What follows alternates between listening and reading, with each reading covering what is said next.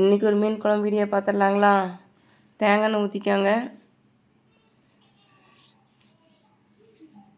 வெந்தயம் போட்டுக்கோங்க, கொஞ்சம் பூண்டு, கருவேப்பிலை, சின்ன வெங்காயம், அந்த மூணையும் வெந்தயம் வணங்கினதுமே அந்த மூணையும் போட்டுக்கோங்க.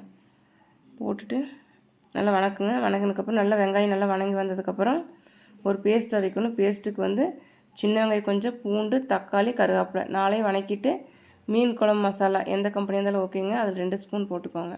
போட்டுட்டு அதையும் வணக்கிட்டு ஒரு பேஸ்ட்டு மாதிரி அரைச்சி வச்சுக்கோங்க. அந்த அரைச்சி பேஸ்ட்டு இது கூட ஆட் பண்ணிடுங்க.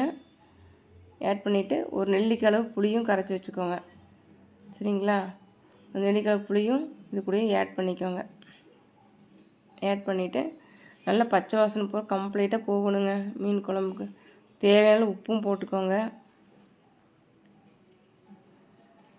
போட்டுட்டு பிகினர்ஸ் கூட இந்த குழம்பு வைக்கலாங்க, ஈஸியாக உங்களுக்கு. உப்பு போட்டுக்கோங்க.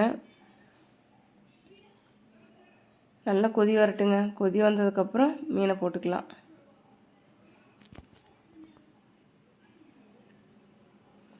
மீனை போட்டதுமே ஹை ஃப்ளேமில் வச்சுக்கோங்க.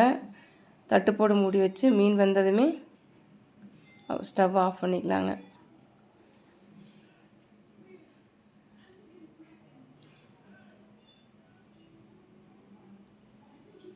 மீன் குழம்பெல்லாம் ஈஸியாக வச்சுக்கலாங்க. பிகினர்ஸ் இப்போ பழகுறாங்க அப்படின்னா அவங்க கூட வச்சுக்கலாம். சரிங்களா? மீன் குழம்பு பரிமாறுங்க. இந்த மாதிரி வச்சு எல்லோரும் சாப்பிட்டு பாருங்கள். நல்லா இருந்தால் சொல்லுங்கள். இதே மாதிரி செஞ்சு அடுத்த வீடியோலையும் பார்க்கலாங்க. பாய்ங்க.